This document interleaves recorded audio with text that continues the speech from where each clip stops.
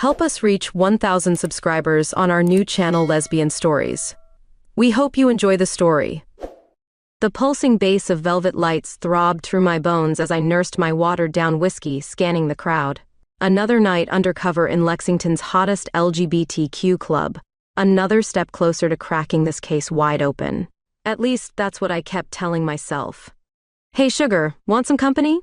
A sultry voice purred in my ear. I turned, ready with my practiced smile and gentle rejection, when the whole damn club erupted into chaos. Two muscled titans crashed into the bar beside me, fists flying, glasses shattered, people screamed, and I found myself caught in the middle of a full-blown brawl. Just fucking perfect. As I ducked a wayward punch, my eyes locked onto the stage. There, bathed in a soft purple glow, stood a vision that made my breath catch. Blonde hair cropped short and edgy, curves that could stop traffic, and eyes that seemed to see right through the mayhem. The dancer, Claudia, if I remembered the billboard right, commanded attention without even trying. I couldn't look away, which is probably why I didn't see the bar stool coming at my head until it was too late. "Watch out!" A blur of motion, and suddenly I was on the floor, a warm body pressed against mine. Claudia. She'd tackled me out of harm's way, her face inches from mine. For a heartbeat, the world narrowed to just us. Then reality came crashing back as a masked figure burst through the doors waving a gun. "Nobody move!" he screamed. Panic erupted. People scrambled for exits, trampling each other in their desperation. I reached for my concealed weapon, but Claudia's hand on my wrist stopped me. "Don't," she whispered, her breath warm against my ear. "You'll get yourself killed." Before I could argue, she was on her feet, positioning herself between me and the gunman. What the hell was she doing? "Hey, asshole," Claudia called out, her voice steady. "You picked the wrong night to mess with my girls." The robber whirled, gun trained on her. My heart lodged in my throat. This wasn't how it was supposed to go down. I was the cop, damn it. I should be protecting her. But Claudia, she was magnificent. With a dancer's grace, she sidestepped, drawing his attention away from the cowering crowd. Her eyes never left his, a mix of defiance and calculation in her gaze. "You want money?" she asked, her tone almost bored. "Fine. But you gotta go through me first."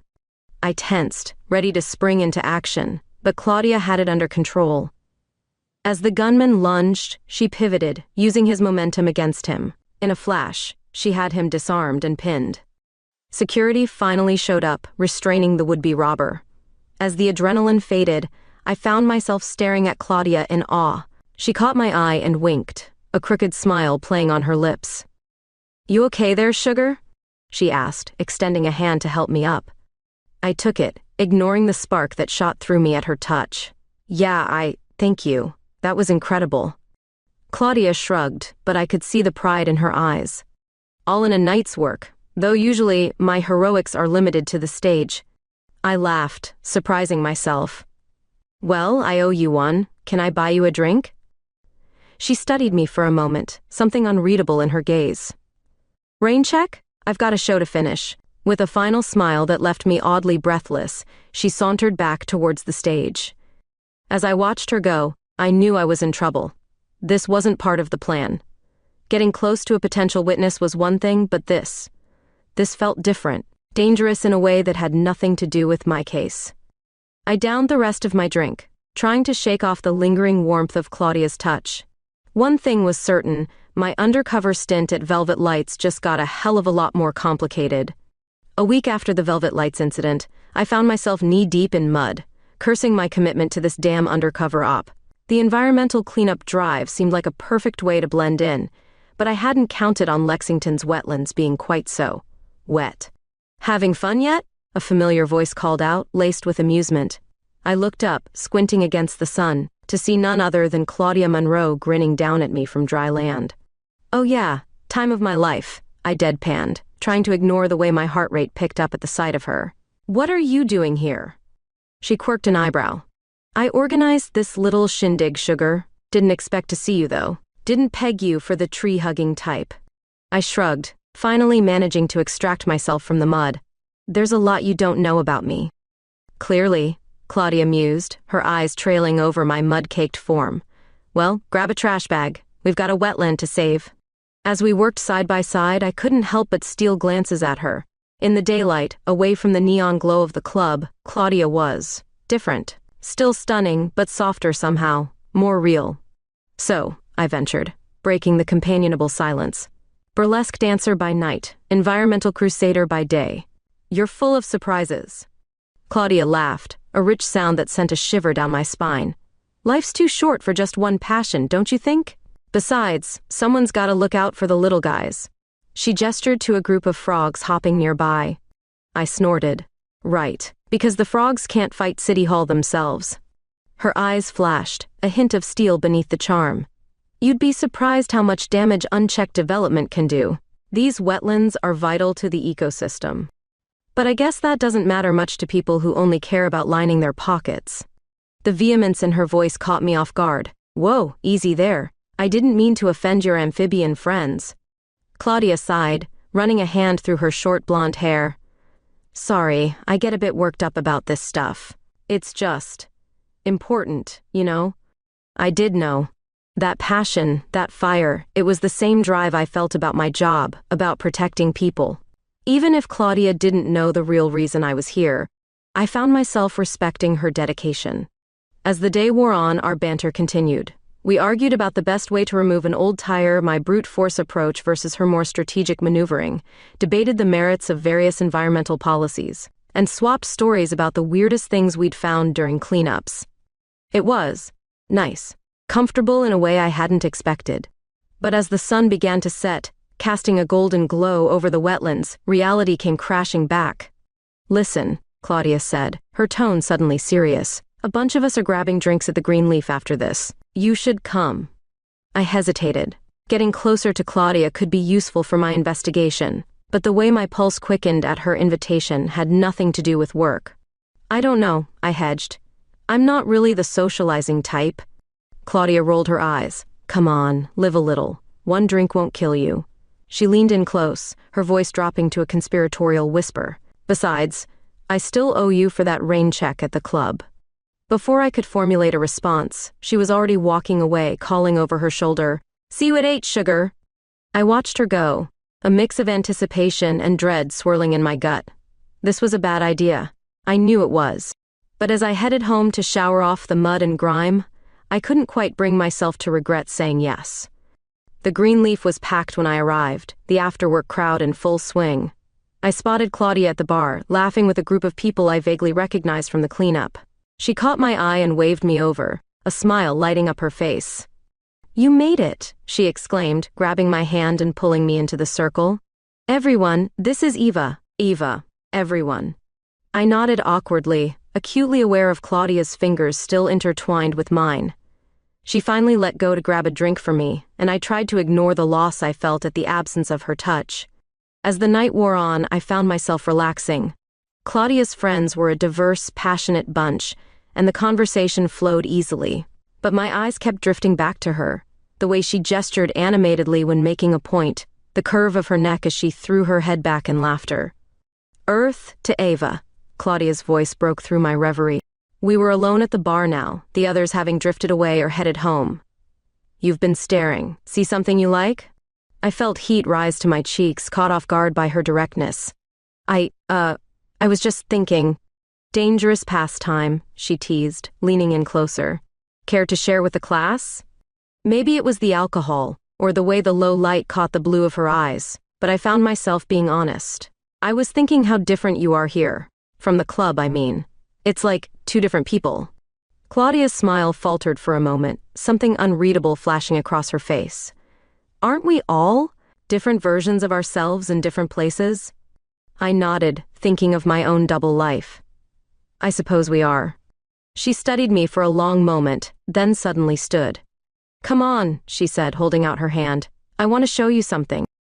Against my better judgment, I took it, letting her lead me out into the warm spring night. As we walked, hand in hand, down the quiet streets of Lexington, I couldn't shake the feeling that I was crossing a line, one I wasn't sure I'd be able to step back from. But with Claudia's fingers laced through mine and the promise of the unknown ahead, I found I didn't much care. Claudia led me through the winding streets of Lexington, the night air thick with the scent of blooming dogwoods. We ended up at a small, dimly lit art gallery tucked away in a quiet corner of the city. "It's closed," I pointed out, but Claudia just winked and pulled out a set of keys. "Perks of being friends with the owner," she said, ushering me inside. The gallery was a treasure trove of local art. Paintings, sculptures, and mixed media pieces filled every available space. But Claudia bypassed it all, leading me to a back room. "This," she said, flipping on a light, "is me." I gasped. The walls were covered in photographs, stunning black and white shots of dancers, their bodies twisting and bending in impossible ways. Each image captured a moment of raw emotion, of strength and vulnerability intertwined. "You took these?" I asked, unable to hide my awe. Claudia nodded, a hint of shyness in her smile. "Photography's my first love. Dancing. That came later." I moved closer to one particularly striking image, a dancer suspended mid-air, her face a mask of determination and fear. "They're beautiful," I murmured. "Thanks," Claudia said, coming to stand beside me. "It's not exactly lucrative, but it feeds my soul, you know." I turned to look at her, struck by the passion in her voice. "Why show me this?" She shrugged, but her eyes held mine. "You said I seemed like two different people. I wanted to show you. There's more to me than just the girl on stage." The air between us felt charged, heavy with unspoken words. I cleared my throat, trying to regain my composure. "So, how'd you end up at Velvet Lights?" Claudia's expression clouded for a moment.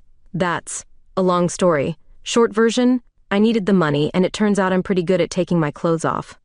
There was a bitterness in her tone that made me frown. "You don't sound thrilled about it." "It's complicated," she sighed, moving away to study another photograph. "The club. It's not always what it seems." My detective instincts perked up. "What do you mean?" Claudia hesitated, chewing her lower lip. "Nothing, forget I said anything. It's just, some of the people there, they're not exactly on the up and up, you know?" I did know. Or at least I suspected. It was why I was undercover in the first place. But I couldn't tell her that. Instead, I just nodded, filing the information away for later. "Enough about work," Claudia said, her usual spark returning. "Tell me about you, Eva. What makes you tick?" I froze, caught off guard. My cover story was well rehearsed, but in that moment, faced with Claudia's open curiosity, I found myself wanting to tell her the truth. "I'm not very interesting," I hedged. "Just a boring office drone by day, occasional club goer by night." Claudia snorted. "Bullshit. I've seen you in action, remember? You're no shrinking violet." I laughed, grateful for the out. "All right, you got me. I dabble in martial arts. Self-defense, you know?" Claudia hummed, stepping closer. "A woman of hidden talents. I like that." My breath caught as she invaded my personal space, close enough that I could smell her perfume, something floral and intoxicating. "What else are you hiding, Eva?" she murmured, her eyes searching mine.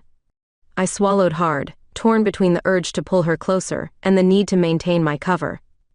I don't usually." Claudia's smile softened. "Relax, sugar. I'm not going to bite, unless you ask nicely." The tension broke and I found myself laughing. "You're incorrigible, you know that?" "Part of my charm?" She winked, but then grew serious. "Look, I like you, Eva, and I think you like me too. But I get the feeling you're holding back." I opened my mouth to protest, but she held up a hand. "It's okay. We've all got our secrets. I just want you to know, when you're ready to let your guard down, I'll be here." The sincerity in her voice made my chest ache. I wanted to tell her everything. About the case, about my fears, about the way she made me question everything I thought I knew about myself. Instead, I simply nodded. "Thank you," I whispered. Claudia smiled, then leaned in and pressed a soft kiss to my cheek. It was chaste, almost innocent, but it sent sparks shooting through my entire body. "Come on," she said, pulling away. "I'll walk you home." As we made our way back through the quiet streets, hand in hand once again, I found myself at a crossroads. The rational part of my brain screamed at me to pull back, to remember my mission and the dangers of getting too close. But another part, a part I'd long ignored, whispered of possibilities, of warmth and connection, and the thrill of the unknown. When we reached my apartment, Claudia squeezed my hand once before letting go. "Sweet dreams, Eva," she said softly. I watched her walk away, bathed in the glow of streetlights, and made a decision. Tomorrow, I'd dig deeper into the club's activities. I'd be the detective I was trained to be. But tonight, I'd let myself dream of blue eyes and gentle kisses, and the promise of something more. As I climbed the stairs to my lonely apartment, I couldn't shake the feeling that I was walking a dangerous line. One misstep, and everything could come crashing down. But for the first time in years, I found myself willing to risk the fall. The aroma of vanilla and cinnamon filled the air, mingling with the sound of laughter and the clatter of baking sheets. I stood in the middle of Lexington's community center, surrounded by a sea of flour-dusted aprons and determined faces. How the hell did I end up here? "Oh right, Claudia. You're holding that whisk like it might bite you," her voice teased from behind me. I turned to see her grinning, a smudge of flour on her cheek making her look impossibly adorable. "Yeah, well, baking's not exactly my forte," I grumbled, eyeing the lumpy batter in my bowl with suspicion. Claudia laughed, coming to stand beside me. "Relax, it's just a friendly competition. Besides, I've got a secret weapon," she winked, pulling a small vial from her pocket. "What's that? Performance-enhancing vanilla?" "Better," she grinned. "My grandmother's secret extract blend. Guaranteed to make even the most disaster-prone baker shine." As she leaned in to add a few drops to my batter, I caught a whiff of her perfume, the same intoxicating scent from the art gallery. My heart did a little flip. "There," Claudia said, stepping back. "Now stir like you mean it, sugar." I did as instructed, trying to ignore the warmth that spread through me at her casual endearment. "Focus, Eva. You're here to gather intel, not moon over a pretty girl." But as the day wore on, my resolve weakened. Claudia was magnetic. The way she effortlessly charmed everyone around her, the little furrow between her brows as she concentrated on decorating her cupcakes, the triumphant grin when her creation came out of the oven perfectly golden. "Time's up," the judge called out, startling me from my Claudia-induced haze. I looked down at my own sad attempt at baking, lopsided cupcakes with frosting that looked more like a crime scene than decoration. Claudia peered over my shoulder and let out a snort of laughter. "Oh, honey," she managed between giggles, "those are something else." I felt my cheeks heat up. "Hey, I never claimed to be Martha Stewart." "No kidding," she teased, but her eyes were warm. "Come on, let's go face the music." As we lined up for judging, Claudia slipped her hand into mine and gave it a reassuring squeeze. The simple gesture sent a jolt through me, and I found myself squeezing back.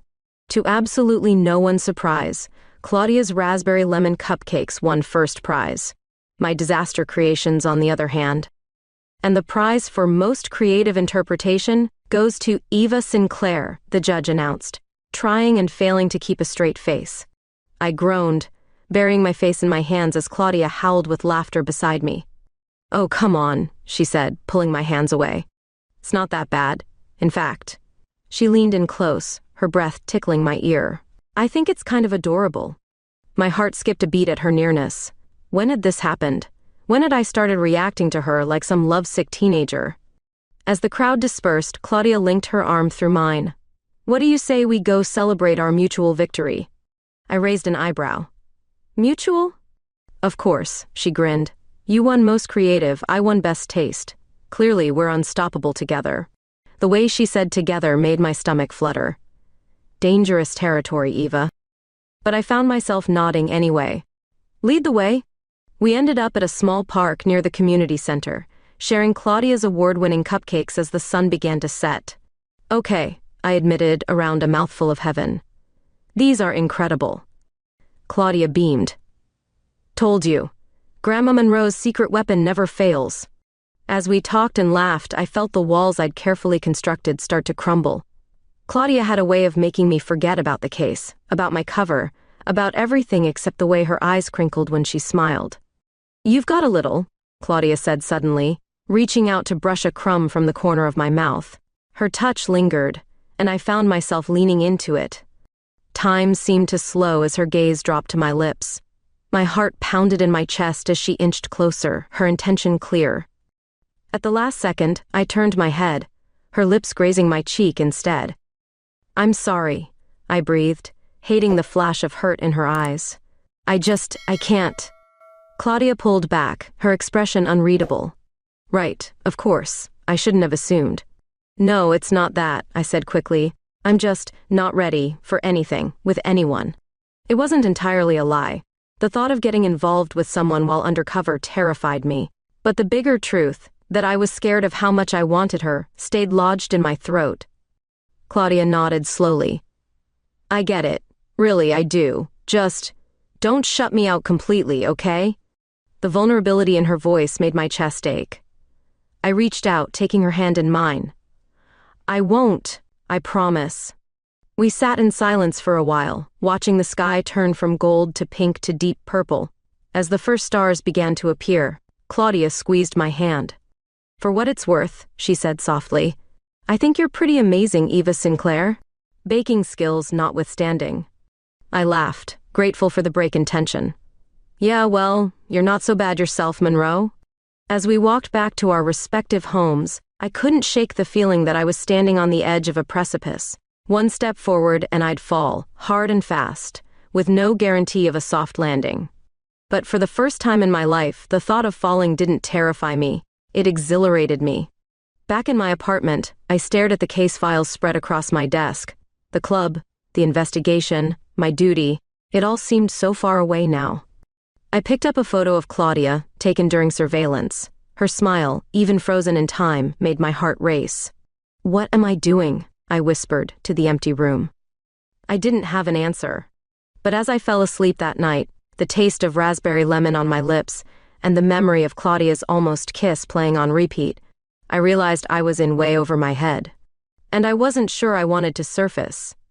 The thrum of victory pulsed through the air as we left the community center. Claudia's environmental group had just secured a major win. The city council had finally agreed to protect a significant portion of Lexington's wetlands.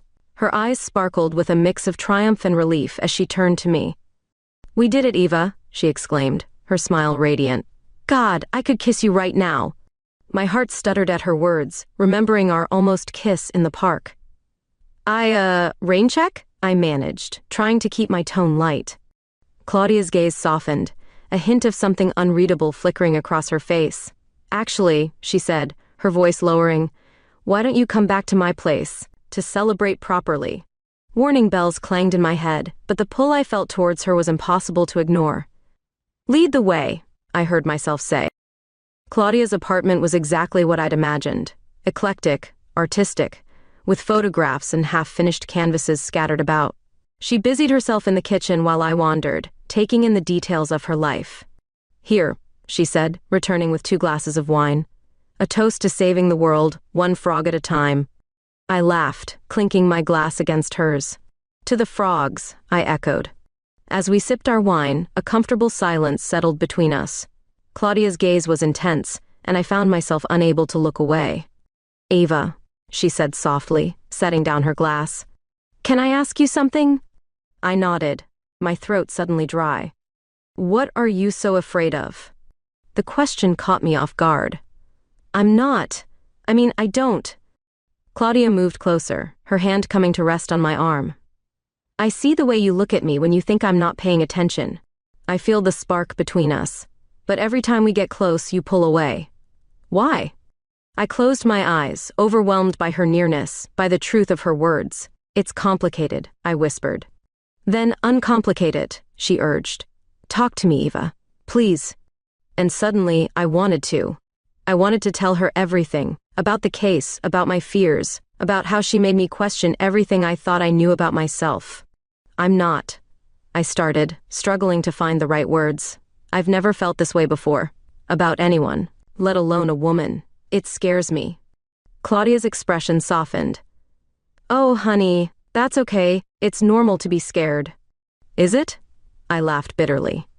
I'm a grown woman, for Christ's sake. I should have this figured out by now. Says who? Claudia challenged. There's no timeline for discovering yourself, Eva. No rulebook for when or how you're supposed to feel. Her words washed over me, soothing a fear I hadn't even realized I was carrying. I don't want to mess this up, I admitted. Claudia's hand moved to cup my cheek, her touch impossibly gentle. The only way to mess this up is to not try at all. And then she was kissing me, soft and sweet and achingly tender. It was nothing like I'd imagined, and everything I'd been craving. I melted into her, my hands finding purchase on her hips as she deepened the kiss. When we finally broke apart, both breathless, Claudia rested her forehead against mine. "Was that okay?" she murmured. I nodded, unable to form words. It was more than okay. It was earth-shattering. What followed was a blur of sensation, heated kisses, exploring hands, whispered endearments. Claudia led me to her bedroom, pausing at the threshold. "We don't have to do anything you're not ready for," she assured me. But I was tired of holding back, tired of being afraid. I pulled her close, pouring everything I couldn't say into a searing kiss. What happened next was a revelation. Claudia's touch was electric, igniting parts of me I didn't know existed. She was patient, gentle, guiding me through each new experience with a reverence that brought tears to my eyes. Afterwards, as we lay tangled in her sheets, Claudia traced lazy patterns on my skin. "You okay?" she asked softly. I nodded, feeling more okay than I had in years. "That was..." "Yeah," Claudia agreed, a smile in her voice. "It was..." As the night deepened, we talked, really talked. I told her about my fears, my insecurities. She shared stories of her own journey of self-discovery, of the challenges she'd faced in embracing her sexuality. "It's not always easy," she admitted. "But it's worth it. Being true to yourself. There's no greater freedom." I thought about my job, about the web of lies I was tangled in. The guilt hit me like a physical blow. "Hey," Claudia said, noticing my change in mood. "Where'd you go just now?" I forced a smile. "Nowhere, just processing, I guess." She studied me for a moment, then pulled me closer. "Whatever you're dealing with, Eva, you don't have to face it alone. Not anymore." Her words, meant to comfort, only twisted the knife of guilt deeper. But as I lay there, wrapped in her warmth, I made a decision. Tomorrow, I'd find a way to come clean, to tell her everything, consequences be damned. But for now, in the quiet darkness of Claudia's room, I let myself believe in the possibility of a future where I could have both, my duty and this unexpected beautiful connection. As I drifted off to sleep, Claudia's steady heartbeat beneath my ear, I realized something. For the first time in my life, I felt truly, completely myself. The irony wasn't lost on me. Here I was, living a lie, and yet I'd never felt more authentic. Tomorrow would bring its own challenges. But tonight was ours. The morning light filtered through Claudia's curtains, painting her skin in a soft golden glow. I watched her sleep, guilt gnawing at my insides. How could I tell her the truth without losing her? My phone buzzed, shattering the moment. A text from my handler. "Meeting, 1 hour, usual spot." Reality came crashing back. I slipped out of bed, careful not to wake Claudia, and left a hastily scribbled note. "Early meeting. Call you later. Last night was amazing. E." An hour later, I sat in a nondescript cafe, nursing a coffee that tasted like tar. My handler, a gruff man named Mike, slid into the seat across from me. "We've got movement," he said without preamble. "The syndicate's planning something big at Velvet Lights. Tonight?" My stomach dropped. "What kind of something?" Mike's eyes were grim. "Arms deal, big one. We need you there, Sinclair, front and center." I nodded, pushing thoughts of Claudia aside. This was why I was here. The case, the job. "One more thing," Mike added, his tone casual but his eyes sharp. "You've been spending a lot of time with that dancer, Monroe." I kept my face neutral. "She's a potential witness. I'm cultivating a relationship." Mike snorted. "Just make sure that's all it is. We can't afford any complications." The warning was clear. I mumbled some reassurances and left, my mind racing. How could I keep Claudia safe and do my job? Back at my apartment, I stared at my phone. 3 missed calls from Claudia. A text. "Last night was amazing. Dinner tonight?" I closed my eyes, fighting the urge to call her back, to spill everything. Instead, I texted, "Can't tonight. Work emergency." "Rain check?" Her reply was almost immediate. "Everything okay?" "No," I wanted to say. "Nothing's okay. I'm lying to you. I'm in danger, and I think I'm falling in love with you." Instead, I typed, "Just busy. Talk soon." I spent the rest of the day preparing, pushing thoughts of Claudia to the back of my mind. But as night fell and I made my way to Velvet Lights, dread settled in my stomach like lead. The club was packed, the air thick with smoke and pulsing music. I scanned the crowd, looking for familiar faces, potential threats, and then I saw her. Claudia was on stage, her body moving in a hypnotic rhythm. But something was off. Her usual confident smile was gone, replaced by a tightness around her eyes that spoke of fear. Our gazes locked, and I saw recognition flash across her face, followed quickly by confusion. Shit, I wasn't supposed to be here tonight. As she finished her set, I saw her speaking urgently to another dancer. Then she was making her way towards me, determination in every step. "Ava?" she hissed, grabbing my arm. "What the hell are you doing here?" I opened my mouth, searching for a lie, but the words wouldn't come. "Claudia, No," she cut me off, her eyes darting nervously around the club. "You need to leave, now. It's not safe." My heart rate spiked. "What do you mean? Claudia, what's going on?" She bit her lip, conflict clear on her face. "I can't. Just trust me, okay? You need to go." But it was too late. Over Claudia's shoulder, I saw them. 3 men, moving with purpose towards a back room. One of them I recognized from surveillance photos, a high-ranking member of the syndicate. "I can't leave," I said, my voice low and urgent. "Claudia, listen to me. I'm not who you think I am." Her eyes widened, a mix of hurt and realization dawning. Oh God, you're a cop, aren't you?" I nodded, hating the pain I saw in her eyes. "Undercover." "Claudia, I'm so sorry. I wanted to tell you, but..." "Save it," she snapped, but there was more fear than anger in her voice. "Eva, you don't understand. These men, they're dangerous. If they find out who you are..." "I know," I said, squeezing her hand. "That's why I'm here, to stop them." Claudia shook her head, tears forming in her eyes. "You can't. You don't know what they're capable of." "But you do," I realized, the pieces falling into place. "Claudia, what do you know?" She hesitated, then seemed to make a decision. "Too much," she whispered. "I've seen things, heard things. I wanted out, but they wouldn't let me go." My heart broke for her, even as my mind raced with the implications. "Tell me everything," I urged. And she did. In hushed whispers, Claudia laid out the syndicate's operations, the arms deals, the money laundering, all centered around Velvet Lights. She'd been trapped, forced to turn a blind eye or risk everything. "Why didn't you come to the police?" I asked, though I already knew the answer. Claudia laughed bitterly. "And say what? That I'd been complicit in their operations for years? That I was too scared to speak up?" I wanted to hold her, to promise her that everything would be okay. But we were running out of time. "Claudia, listen to me," I said, my voice urgent. "I need your help. We can take them down, but I can't do it alone." She stared at me, conflict clear in her eyes. "I'm scared," she admitted. "I know," I said softly. "But I'll protect you. I promise." For a moment I thought she'd refuse. Then she squared her shoulders, a familiar determination settling over her features. "What do you need me to do?" I outlined a quick plan, praying it would work. As Claudia moved to take her position, I grabbed her hand. "Be careful," I whispered. She nodded, then surprised me by pulling me in for a fierce kiss. "You too," she breathed against my lips. As I watched her disappear into the crowd, my heart raced with a mix of fear and hope. This was it.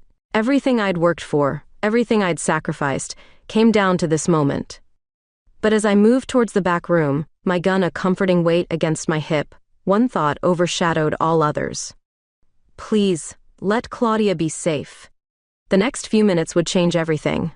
I just prayed we'd both make it out alive.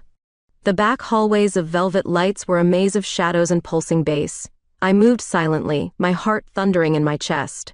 Ahead, I could hear muffled voices, the syndicate members, no doubt finalizing their deal. A hand grabbed my arm and I nearly jumped out of my skin. But it was just Claudia, her eyes wide with fear and determination. "They're in there," she whispered, nodding towards a door at the end of the hall. "3 of them, plus the buyer." I squeezed her hand. "You've done enough. Get out of here. Call this number." I pressed a card into her palm. "Tell them Detective Sinclair needs backup." Claudia hesitated. What about you? I'll be fine, I lied, forcing a smile. Go, please. She searched my face for a moment, then did something that nearly broke me.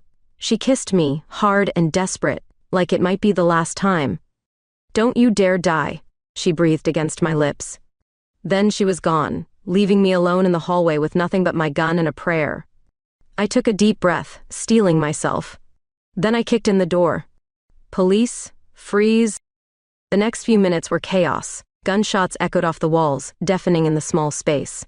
I dove for cover, returning fire when I could. I caught a glimpse of one of the syndicate members going down, clutching his shoulder.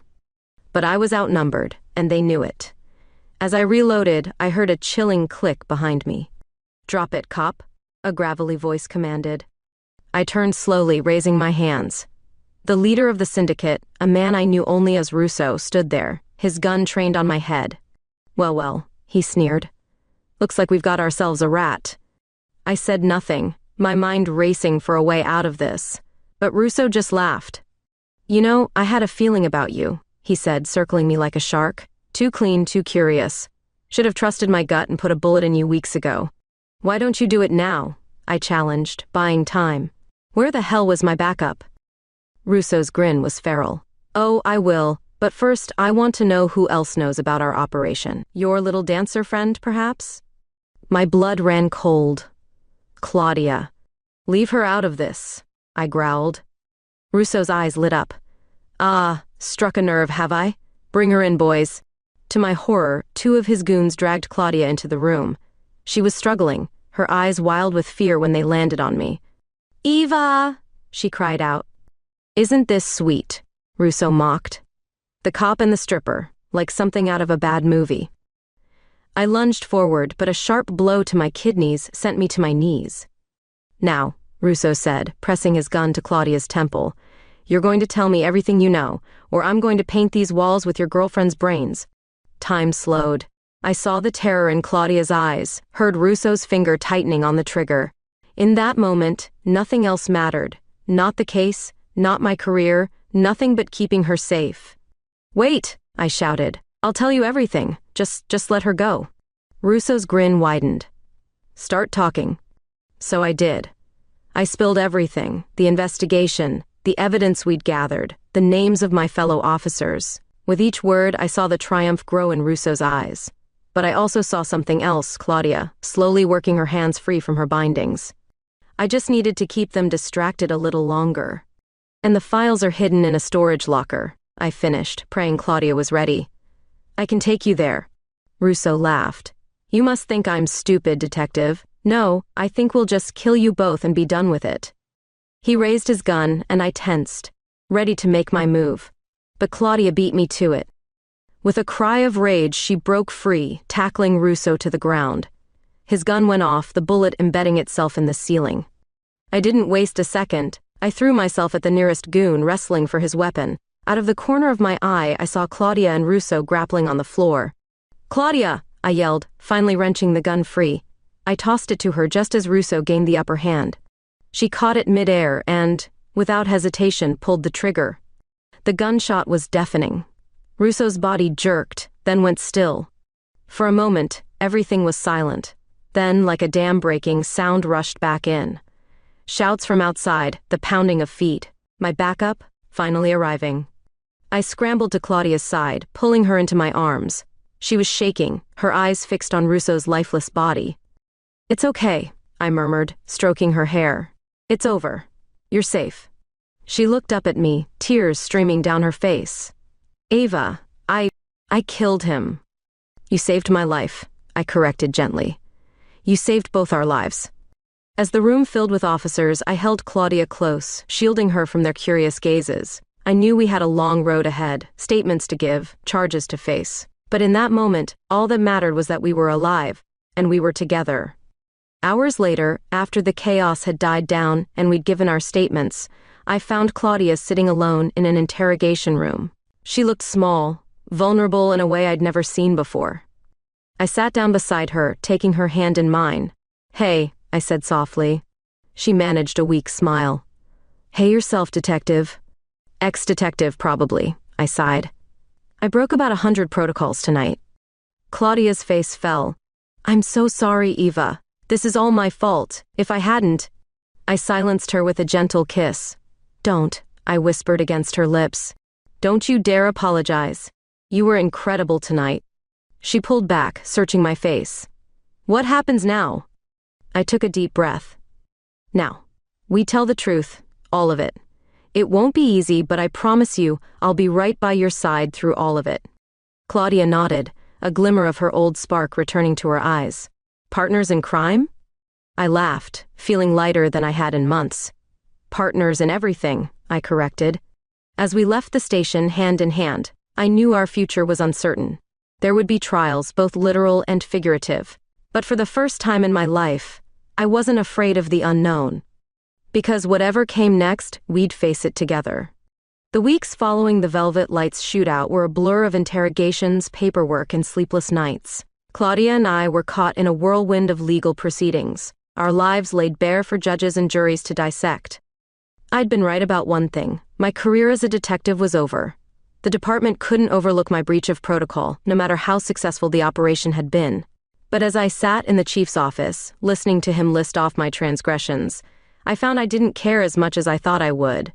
You're lucky you're not facing charges yourself, Sinclair, he growled, tossing my badge and gun onto the desk between us. I nodded, feeling strangely light. I understand, sir, and I accept the consequences of my actions. He studied me for a moment, his expression softening slightly.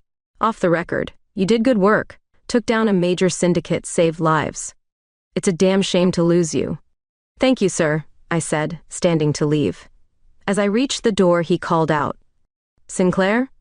Take care of that girl of yours. She's been through hell. I smiled, thinking of Claudia. I intend to, sir. Outside the station, Claudia was waiting, a nervous smile on her face. How'd it go? I held up my empty hands. Officially unemployed. How about you? Any word from the DA? She nodded, relief evident in her eyes. They're not pressing charges, said my cooperation and what happened with Russo? It was clearly self-defense. I pulled her into a tight hug, breathing in the scent of her hair. That's great news, babe. I told you it would work out. But as we pulled apart, I could see the shadows lingering in her gaze, the nightmares that still plagued her, the guilt she carried. We both had our demons to face. Come on, I said, taking her hand. I want to show you something. We drove in comfortable silence, the Lexington skyline fading behind us as we headed out of the city. Finally, I pulled off onto a small dirt road, leading to a clearing overlooking a pristine lake. Claudia gasped as she stepped out of the car. Ava, it's beautiful. What is this place? I smiled, wrapping my arms around her from behind. It's ours. Or it could be if you want. She turned in my embrace, her eyes wide. What do you mean? I took a deep breath, suddenly nervous. I've been thinking. Maybe it's time for a fresh start, for both of us. Away from the city, away from the memories. I gestured to a small, cozy-looking cabin nestled among the trees. It needs some work, but I thought maybe we could fix it up together, make it our home. Claudia was quiet for a long moment, her eyes roaming over the peaceful scene before us. When she finally spoke, her voice was thick with emotion. You do that? Leave everything behind. For me? I cupped her face in my hands, making sure she saw the truth in my eyes. Claudia, you are everything to me now. The job, the city, none of it matters without you. She surged forward, capturing my lips in a kiss that tasted of tears and hope and possibility. When we finally broke apart, both breathless, she rested her forehead against mine. Yes, she whispered. Let's do it. Let's start over. The next few months were a whirlwind of activity. We threw ourselves into renovating the cabin, turning it from a rundown shack into a cozy haven. Claudia discovered a talent for woodworking, while I focused on making the place as eco-friendly as possible, a nod to her environmental passions. It wasn't always easy. We both had our moments of doubt, of fear. The nightmares didn't disappear overnight, and there were days when the weight of everything we'd been through felt crushing. But we faced it together. On the nights when Claudia woke up screaming, reliving the moment she pulled the trigger, I held her close and whispered promises of safety and love. And on the days when I found myself missing the adrenaline rush of my old job, She reminded me of the beauty in this simpler life we were building. Slowly but surely, we healed. We learned to trust again, not just each other, but ourselves. Claudia started teaching dance classes in the nearby town, her natural charisma drawing students from miles around. I found purpose in volunteering with the local sheriff's department, using my skills to help the community without the pressures of my former career. And through it all, our love deepened, growing stronger with each challenge we overcame. It was on a crisp autumn evening, almost a year after we'd moved to the lake, that I finally worked up the courage to ask the question that had been burning in my heart for months. We were sitting on the dock, watching the sunset paint the water in shades of gold and pink. Claudia was curled against my side, her head on my shoulder. "Hey," I said softly, my heart racing. "Can I ask you something?" She looked up at me, a soft smile on her lips. "Anything." I took a deep breath, then reached into my pocket, pulling out a small velvet box. Claudia's eyes widened as I opened it, revealing a simple but elegant ring. "Claudia Monroe," I began, my voice shaking slightly. "This past year has been the most challenging, terrifying, and absolutely wonderful time of my life. You've shown me what it means to be brave, to be true to yourself, to love without reservation. I can't imagine spending a single day without you by my side." Tears were streaming down Claudia's face now, but her smile was radiant. I continued, my own eyes blurring. "I know our story didn't have the most conventional start. We've faced more in a year than most couples do in a lifetime, but I wouldn't change a single moment of it, because it led me to you. So, Claudia, my love, my partner, my everything. Will you marry me?" For a heart-stopping moment, Claudia was silent. Then, with a joyous laugh, she threw her arms around me, nearly knocking us both into the lake. "Yes," she cried, peppering my face with kisses. "Yes, yes, 1,000 times yes." As I slipped the ring onto her finger, my heart feeling like it might burst with happiness, I marveled at the journey that had brought us here. From undercover detective and burlesque dancer, to partners in every sense of the word. Our story wasn't perfect, it wasn't always pretty, but it was ours, and as I held my fiancé close, watching the sun sink below the horizon, I knew that the best chapters were still to come.